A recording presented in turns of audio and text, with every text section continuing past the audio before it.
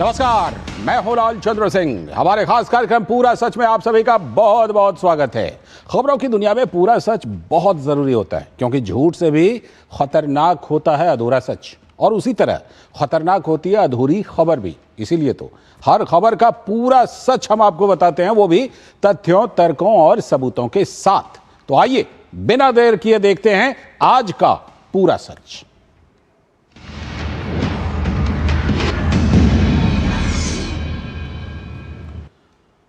पाकिस्तान के 78 साल के जुल्मो सितम के खिलाफ अब बलूचिस्तान के विद्रोही पाकिस्तानी सेना को गोली का जवाब गोली से दे रहे हैं। पिछले 3 दिनों में बलूचिस्तान में जो कुछ हुआ है, उसके बाद पाकिस्तान का पूरा अस्तित्व ही खतरे में पड़ गया है, क्योंकि बीएलए के ऑपरेशन हेरौफ 2 यानी काले तूफान से इस वक्त पूरा पाकिस्तान दहशत में है, और बलूचिस्तान में बगावत की चिंगारी अब भयंकर आग में तब्दील हो चुकी है। तो आज पूरा सच में हम आपको बलूचिस्तान की आजादी के संघर्ष की कहानी विस्तार से बताएंगे। हम यह भी बताएंगे कि कैसे पाकिस्तान की सेना बलूचिस्तान की आत्मा को अपने बूटों से रौंदती है। साथ ही हम यह भी बताएंगे कि कैसे बगावत की यह भयानक आग कभी भी पाकिस्तान को न केवल जला सकती है, बल्कि 1971 की तरह ही उसके फिर से 2 टुकड़े भी कर सकती है।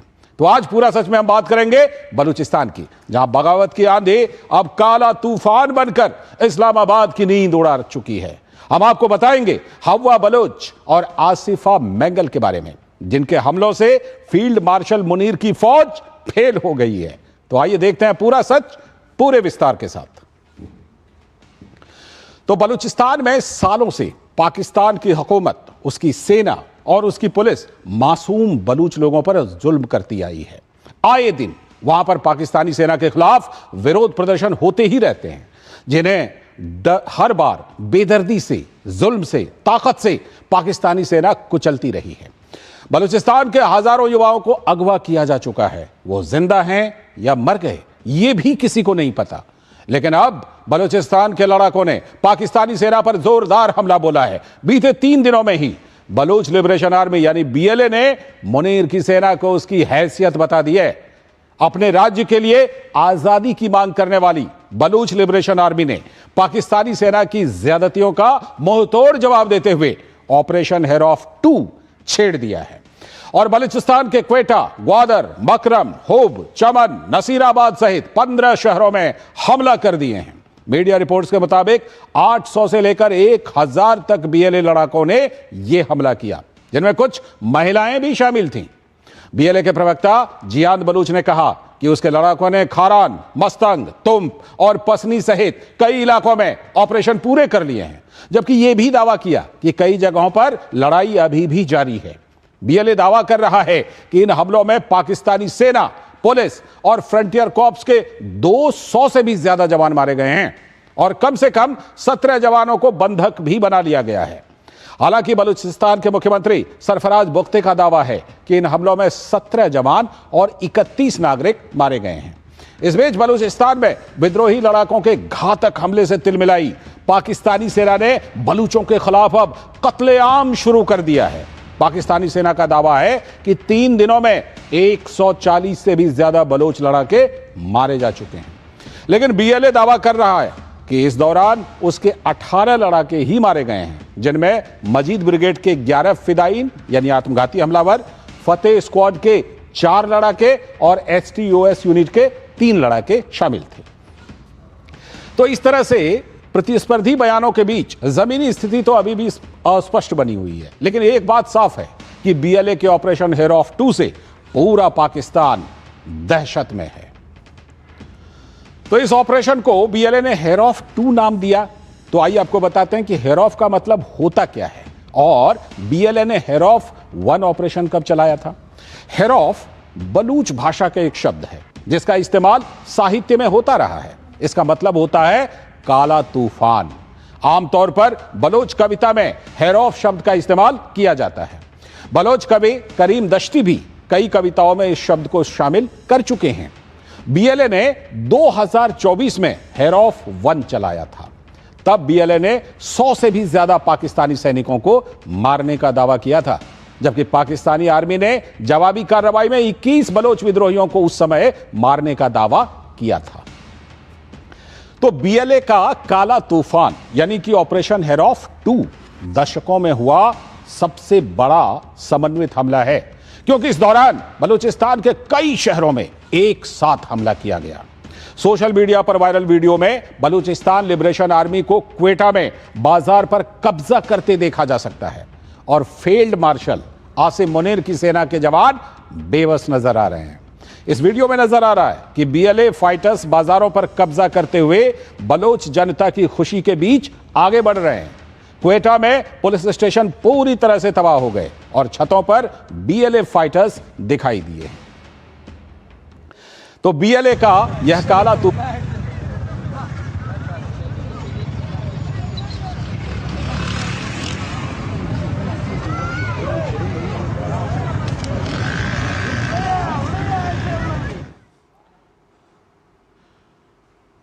कहते हैं ना कि एक तस्वीर हजारों शब्दों के बराबर होती है। ये तस्वीरें बता रही थी कि किस तरह से बीएलए वाले फिलहाल भारी पड़ते हुए नजर आ रहे हैं।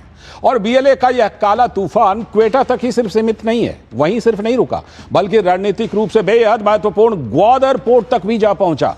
तो पाकिस्तानी सेना में हड़कंप मच गया। बीएलए के लड़ाके ग्वादर पोर्ट के पास पहुंच गए, जहां पाकिस्तानी सुरक्षा बलों के साथ भारी गोलाबारी की खबरें रिपोर्ट की गई हैं। पूरे इलाके में फायरिंग की आवाजें सुनाई दे रही थी और आसमान में ऊंचा काला धुआं उठता नजर आया। आप भी ऐसा ही एक वीडियो अपने टेलीविजन स्क्रीन पर देखिए।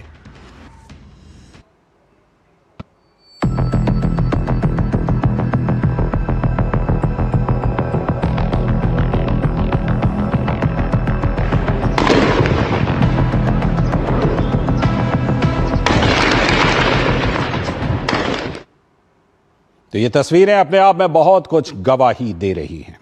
तो बलोच लिबरेशन आर्मी ने ऑपरेशन हेरॉफ के दूसरे चरण के बीच अपनी 2 महिला फिदाइन आसिफा मेंगल की तस्वीर और हव्वा बलोच का वीडियो जारी कर सनसनी फैला दी है। दरअसल बीएलए का दावा है कि उसकी महिला आत्मघाती हमलावरों ने सैन्य ठिकानों को निशाना बनाया। रिपोर्ट्स के मुताबिक इस काले तूफान में कई और महिला लड़ाकू शामिल हैं, जिनकी पहचान अभी गुप्त रखी गई है। बीएलए ने माजिद ब्रिगेड की महिला फिदाइन आसिफा मेंगल की तस्वीर जारी करते हुए दावा किया है कि आसिफा ने ही 31 जनवरी को नुश्की स्थित आईएसआई मुख्यालय को विस्फोटक से लदी गाड़ी के जरिए निशाना बनाया था। आसिफा अक्टूबर 2023 को बीएलए में शामिल हुई थी और जनवरी 2024 में फिदाइन बनने का फैसला लिया था। इसके अलावा संगठन ने ऑपरेशन हेरॉफ के तहत ग्वादर फ्रंट पर तैनात फिदाइन हव्वा बलोच उर्फ द्रोशम का वीडियो भी जारी किया है, जो उसकी मौत से 12 घंटे पहले रिकॉर्ड किया गया था। बीएलए ने कहा कि ग्वादर फ्रंट में फिदाइन हव्वा बलोच ने साथी लड़ाकों के साथ कंधे से कंधा मिलाकर लड़ाई लड़ी। इसी ग्वादर फ्रंट से सामने आए एक वीडियो में फिदाइन हव्वा बलोच जंग के मैदान में नजर आ रही हैं। बताया जा रहा है कि द्रोशम के नाम से पहचानी जाने वाली हव्वा बलोच ने अपनी मौत से 12 घंटे पहले यह वीडियो रिकॉर्ड किया था। बीएलए ने दावा किया है कि हव्वा बलोच ने अन्य लड़ाकों के साथ मिलकर ग्वादर में पाकिस्तानी सुरक्षा बलों को भारी नुकसान पहुंचाया है। वीडियो के जरिए संगठन ने यह दिखाने की कोशिश की है कि बलोच महिलाएं भी अब फ्रंट लाइन में आकर लड़ाई लड़ रही हैं। तो आप भी सुनिए हव्वा बलोच अपने आखिरी वीडियो मैसेज में क्या कह रही है।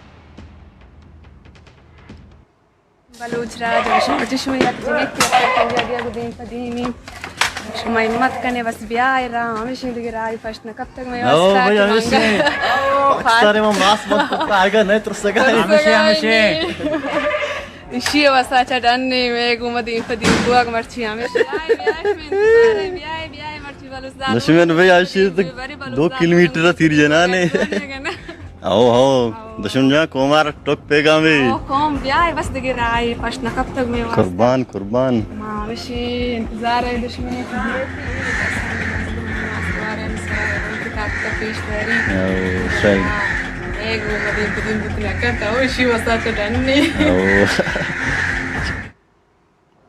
बातें बलोच भाषा में थी, लेकिन हिंदी में हम आपको उसका ट्रांसलेशन दिखा रहे थे। एक बड़ी बात कही कि पाकिस्तान ने अब कोई और रास्ता उनके लिए छोड़ा नहीं है। दरअसल ये बलोच लड़ाके बलूचिस्तान लिबरेशन आर्मी यानी बीएलए के जांबाज योद्धा हैं। आपको बता दें कि बीएलए बलूचिस्तान का सबसे ताकतवर और खतरनाक संगठन है। इसके लड़ाकों ने पूरी पाकिस्तानी सेना की नींद उड़ा कर रख दी है। वैसे तो बीएलए 70 के दशक में अस्तित्व में आया था, लेकिन इसलिए इसकी असली ताकत साल 2000 के बाद दिखनी शुरू हुई। इस संगठन का जन्म पाकिस्तानी सेना के बलूचिस्तान में किए गए जुल्म के खिलाफ बदला लेने के लिए किया गया है। पाकिस्तान सरकार ने बलूचिस्तान लिबरेशन आर्मी को 2007 से ही आतंकी संगठनों की सूची में शामिल कर रखा है। तो आइए अब आपको बताते हैं कि बीएलए आखिर क्या बला है। बलूचिस्तान लिबरेशन आर्मी का आधिकारिक गठन साल 2000 में हुआ था। साल 2000 से ही बीएलए ने बलूचिस्तान के कई इलाकों में सरकारी इमारतों और सुरक्षा बलों पर हमलों का सिलसिला शुरू किया। बीएलए के नाम की पहली गूंज पूरी दुनिया में उस समय सुनाई दी जब साल 2005 में तत्कालीन पाकिस्तानी राष्ट्रपति परवेज मुशर्रफ पर कोहलू में 6 रॉकेट दागे गए थे। हालांकि इस हमले में मुशर्रफ को कोई नुकसान तो नहीं हुआ था, लेकिन पाकिस्तानी सरकार ने इसे मुशर्रफ पर जानलेवा हमला माना और बीएलए के खिलाफ सैन्य अभियान शुरू कर दिया। इसके बाद जुलाई 2009 बीएलए ने सुई इलाके में 19 पाकिस्तानी पुलिस वालों का अपहरण किया और बाद में इनमें से ज्यादातर की हत्या कर दी। बीएलए चीन द्वारा बलूचिस्तान में बनाए गए ग्वादर पोर्ट और सी पैक लिंक का विरोध करता है। इसी वजह से बीएलए ने कई बार चीनी कर्मचारियों पर हमले किए हैं, जिनमें कई चीनी कर्मचारी मारे भी गए हैं। अगर बीएलए की ताकत की बात की जाए तो उसके पास 5000 के आसपास हथियारबंद लड़ाके हैं। बीएलए में ज्यादातर मरी और बुगती जनजाति के लोग शामिल हैं। बीएलए की सबसे ताकतवर यूनिट का नाम माजिद ब्रिगेड है, जिसने इस ट्रेंड को हाईजैक किया था। इसके अलावा बीएलए की फतेह स्क्वाड STOS और उसकी खुफिया विंग जिराब भी समय समय पर ऑपरेशन करती रहती है, लेकिन जो ट्रेन का हाईजैक हुआ था वो माजिद ब्रिगेड ने किया था। और इसी बीएलए के ऑपरेशन हेरोफ 2 ने बलूचिस्तान में आर्मी चीफ मुनीर की सत्ता को हिला कर रख दिया है, क्योंकि इनमें वैसी युवतियों की भी कहानियां हैं जिन्होंने पाकिस्तानी सेना के हाथों अपने परिवार वालों को खोया है। लेकिन पाकिस्तान की बेशर्म सरकार कहती है कि बलूचिस्तान में तो कोई राजनीतिक मुद्दा है ही नहीं और इसे केवल सैन्य जवाब से ही सुलझाया जा सकता है। और तो और बीएलए के भीषण हमलों से तिलमिलाया पाकिस्तान बिना किसी सबूत के भारत और अफगानिस्तान पर अपनी भड़ास निकालने लगा, जिसके बाद अफगान तालिबान ने जहां पाकिस्तान के झूठ की पोल खोल कर रख दी, तो वहीं भारत ने न सिर्फ पाकिस्तान के आरोपों को बेबुनियाद बताया, बल्कि उसे हकीकत का आईना भी दिखाया। भारतीय विदेश मंत्रालय ने कहा कि यह पाकिस्तान की अपनी आंतरिक विफलताओं से ध्यान हटाने की पुरानी रणनीति है। हर बार किसी हिंसक घटना के बाद इस तरह के निराधार आरोप दोहराने की बजाय पाकिस्तान को अपने क्षेत्र के लोगों की लंबे समय से चली आ रही मांगों पर ध्यान देना चाहिए। पाकिस्तान में दमन, क्रूरता और मानवाधिकार उल्लंघनों का इतिहास जग जाहिर है। तो आइए अब हम आपको बताते हैं बलूचिस्तान में मानवाधिकार उल्लंघन का क्या है पूरा सच। दरअसल पाकिस्तान की हुकूमतों ने हमेशा से ही न सिर्फ बलूचिस्तान की जमीन का दोहन किया है, बल्कि वहां की आवाम का शोषण भी किया है। यह दमन सिर्फ आर्थिक उत्पीड़न तक सीमित नहीं है, बल्कि पाकिस्तानी सेना द्वारा बलूचों को लापता करना और फर्जी मुठभेड़ में मार गिराना यह आम बात है, जिसने इस विद्रोह को बढ़ावा दिया है। और अब तो पाकिस्तानी सेना और सरकार का एक और घिनौना चेहरा सामने आया है। पाकिस्तान की जेल में बंद बलोच यकजहती कमेटी के लीडर महरंग बलोच ने पाकिस्तान की पोल खोलकर रख दी है।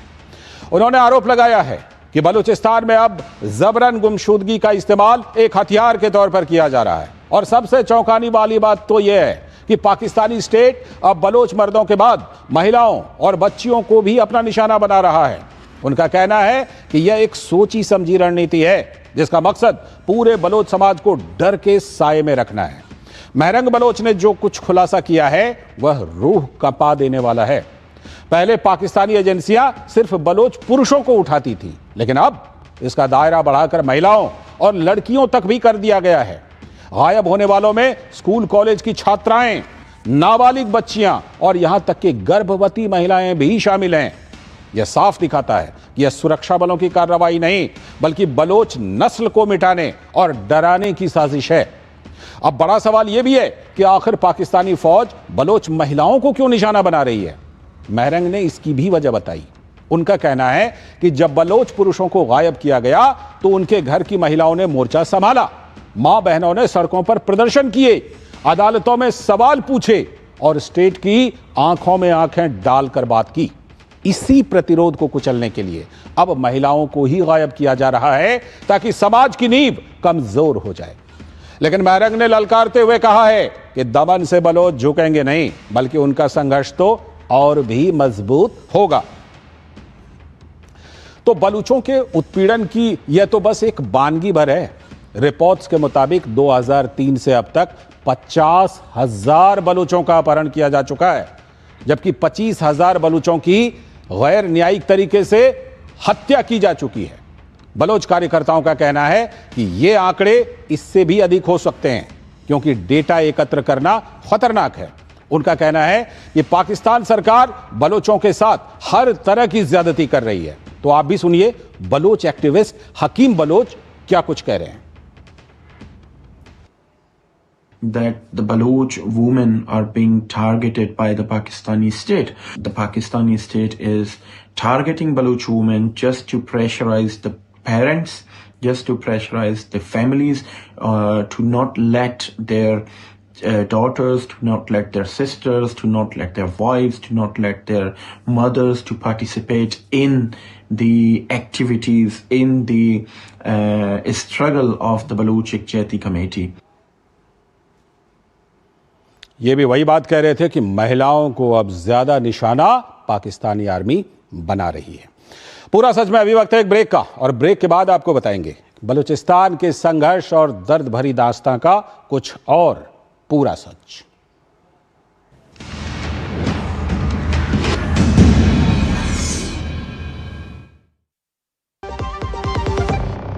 संडे को भी लैपटॉप पे लगे हो?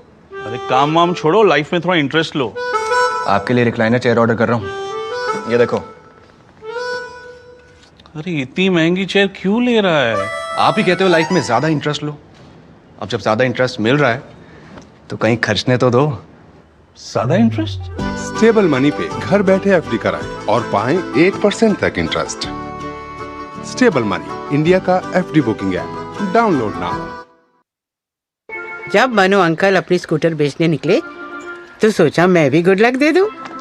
बोले अरे वाह ये तो गुड लक हो गया, पर गुप्ता अंकल के बेटी ने सब गड़बड़ कर दिया। सॉरी अंकल, गलती से रिवर्स लग गया। मनु अंकल बोले कोई बात नहीं, गाड़ी पुरानी है पर हर साल मोटर इंश्योरेंस रिन्यू करवाता हूँ, मरम्मत कवर हो जाएगी। ये तो गुड लक हो गया। वाह मनु अंकल, अच्छा किया मोटर इंश्योरेंस लिया। अच्छा किया इंश्योरेंस लिया। टिंग टिंग, अम्मा मैसेज। मैं आपके मौसा के चाचा का नाती का पोता, शादी का कार्ड मैसेज में भेजा है, डाउनलोड करिए और आशीर्वाद दीजिए। मैं तो आपको जानती भी नहीं, फिर भी शादी का कार्ड खोलूं? मैं मूर्ख नहीं हूँ। क्या बात है अम्मा। यूपीआई कहता है अगर कोई अनजान नंबर से फाइल या लिंक भेजे तो क्लिक मत करो और कहो मैं मूर्ख नहीं।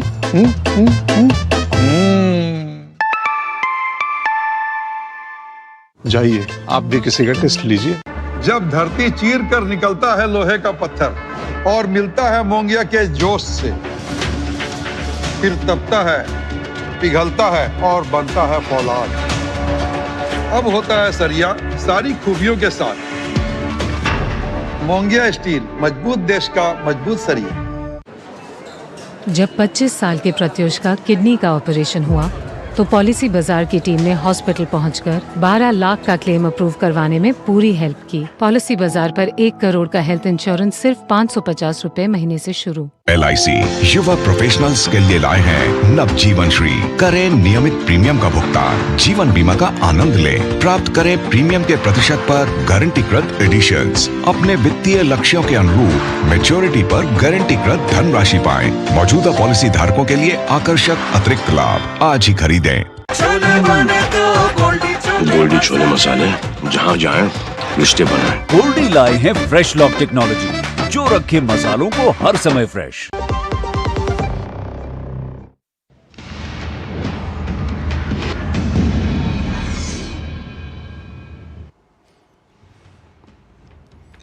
ब्रेक के बाद एक बार फिर से आपका स्वागत है। आप देख रहे हैं पूरा सच। और ब्रेक पर जाने से पहले हमने बलोचों का बलूचिस्तान की दास्तान आपको दिखाई, लेकिन बलूचिस्तान का यह दर्द कोई आज का दर्द नहीं है।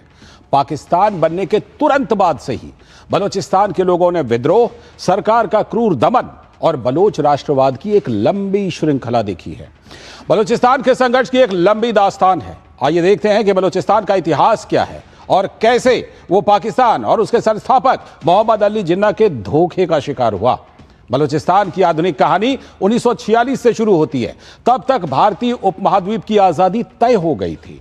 तब बलूचिस्तान के शासक मीर अहमद खान ने अंग्रेजों के सामने अपना मामला रखने के लिए जिन्ना को राज्य के वकील के रूप में शामिल किया। 1947 में दिल्ली में आयोजित एक महत्वपूर्ण बैठक में जिन्ना ने बलूचिस्तान की स्वतंत्रता के लिए तर्क भी दिए। इस बैठक में इस बात पर सहमति बनी कि बलूचिस्तान स्वतंत्र रहेगा। इस केस को लड़ने के लिए फीस के रूप में बलूचिस्तान ने जिन्ना को उनके वजन के बराबर सोना यानी उस समय गोल्ड दिया था। 11 अगस्त 1947 को बलूचिस्तान और मुस्लिम लीग के बीच एक समझौते पर हस्ताक्षर किए गए। बलूचिस्तान को भारत और पाकिस्तान के साथ ही स्वतंत्र होना था, जिसके बाद बलूचिस्तान के शासक मीर अहमद खान ने 12 अगस्त को बलूचिस्तान को स्वतंत्र घोषित कर दिया। भारत और पाकिस्तान ने स्वतंत्रता का जश्न मनाया। बलूचिस्तान ने भी अपना पारंपरिक लाल और सफेद झंडा फहराया। लेकिन 28 मार्च 1948 तक आते आते जिन्ना का असली रूप सामने आ गया। जिन्ना ने पाकिस्तानी सेना को बलूचिस्तान में भेज दिया। बलूचिस्तान के शासक मीर अहमद खान को अरेस्ट कर कराची ले जाया गया और वहां उनसे जबरन विलय के कागजात पर दस्तखत करा लिए गए, जिसके बाद बलूचिस्तान पाकिस्तान का जबरिया हिस्सा बना दिया गया। इसके बाद बलूचिस्तान के लोगों ने 1948 में अपनी स्वायत्तता और संस्कृति को बचाए रखने के लिए विद्रोह कर दिया। 1948 के विद्रोह को कुचल दिया गया। इसके बाद 1950, 1960 और 1970 के दशक में भी बलूचिस्तान में बड़े पैमाने पर विद्रोह हुए, लेकिन हर बार पाकिस्तानी सेना ने अधिक दमनकारी तरीके से जवाब दिया और विद्रोह का अंतिम चरण 2000 के दशक में की शुरुआत में शुरू हुआ। इस बार बलूच आंदोलन का नेतृत्व नवाब अकबर खान बुख्ती ने किया, जो पहले पाकिस्तान के रक्षा मंत्री और प्रांत के गवर्नर के रूप में भी काम कर चुके थे।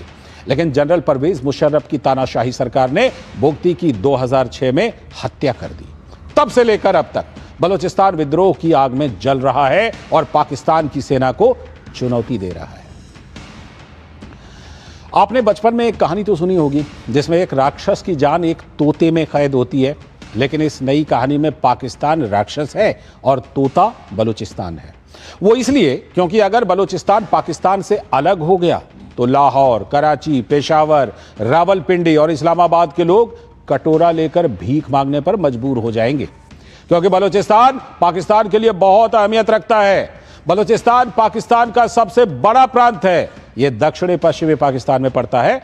बलूचिस्तान की ज्यादातर सीमा ईरान के साथ और बाकी की सीमा अफगानिस्तान के साथ लगती है और इन दोनों देशों के साथ पाकिस्तान के संबंध बहुत ही खराब हैं। वहीं बलूचिस्तान के निचले इलाके की समुद्री सीमा अरब सागर से लगती है। यह प्रांत पाकिस्तान की कुल जमीन का करीब 44% हिस्सा समेटे हुए है, लेकिन यहां पाकिस्तान की 25 करोड़ आबादी में से केवल 6% आबादी ही रहती है। बलूचिस्तान गैस, खनिजों और अन्य प्राकृतिक संसाधनों के मामले में पाकिस्तान के सबसे अमीर प्रांत के रूप में जाना जाता है। चीन की ओर से फंड की गई अरबों की परियोजना चीन पाकिस्तान आर्थिक गलियारा यानी सीपीईसी का एक बड़ा हिस्सा यही है। इसमें ओमान की खाड़ी के पास ग्वादर शहर में बने बंदरगाह को महत्वपूर्ण पॉइंट के रूप में देखा जाता है। चीन इस इलाके में खनन परियोजनाओं और ग्वादर में अंतर्राष्ट्रीय हवाई अड्डे के निर्माण से भी जुड़ा हुआ है। तो वहीं कनाडा की खनन कंपनी बैरिक गोल्ड की भी बलूचिस्तान में रेकोडिक नाम की खदान में 50% हिस्सेदारी है, जिसे तांबे और सोने के लिए दुनिया की सबसे बड़ी अविकसित साइटों में से एक माना जाता है।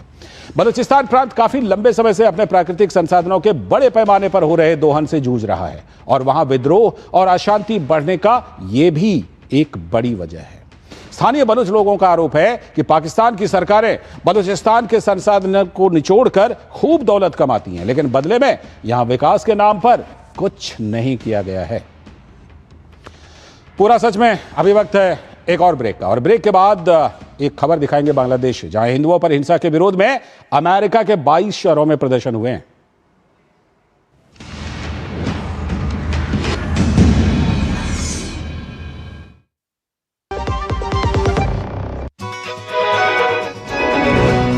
बार परीक्षा पे चर्चा का होगा एक नया रूप, कुछ नई जगहें और एक नया सफर बच्चों तक पहुंचने का, उनकी कहानियों से जुड़ने का।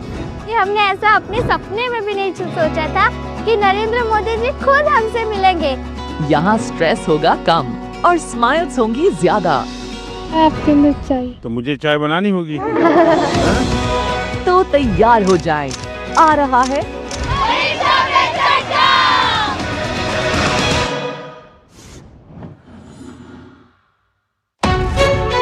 विभाग अनेक, कंप्लेंट बॉक्स 1। किसी भी सरकारी दफ्तर, विभाग या बैंक से जुड़ी शिकायत के लिए pgportal.gov.in पर जाएं, रजिस्टर करें, संबंधित विभाग चुनें, शिकायत दर्ज करें और ट्रैकिंग आईडी नोट करें। एसएमएस या ईमेल पर एक्नॉलेजमेंट पाएं और शिकायत का जवाब सीधे मंत्रालय से प्राप्त करें। अब तक 1 करोड़ 12 लाख से अधिक भारतीयों ने भरोसा जताया। सीपी ग्राम्स, आपकी हर शिकायत का हल। अभी शिकायत दर्ज करें pgportal.gov.in। टिंग टिंग, अम्मा मैसेज। मैं आपके मौसा के चाचा का नाती का पोता, शादी का कार्ड मैसेज में भेजा है, डाउनलोड करिए और आशीर्वाद दीजिए। मैं तो आपको जानती भी नहीं, फिर भी शादी का कार्ड खोलूं? मैं मूर्ख नहीं हूँ। क्या बात है अम्मा। यूपीआई कहता है अगर कोई अनजान नंबर से फाइल या लिंक भेजे तो क्लिक मत करो और कहो मैं मूर्ख नहीं।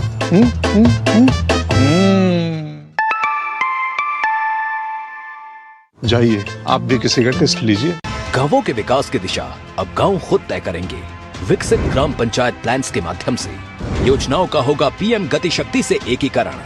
प्रधानमंत्री नरेंद्र मोदी जी के नेतृत्व में इस सहभागी विकास मॉडल की नींव रखी है विकसित भारत जी राम जी एक्ट 2025 ने, जो देता है हर ग्रामीण परिवार को 100 नहीं पूरे 125 दिनों के सुनिश्चित रोजगार की गारंटी। विकसित भारत जी राम जी।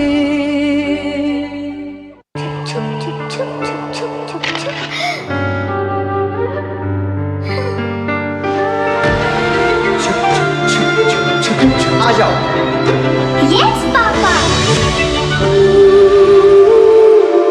जिंदगी किसी के लिए नहीं रुकती,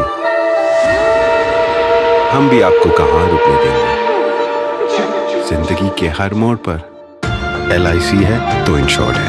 LIC, हर पल आपके साथ।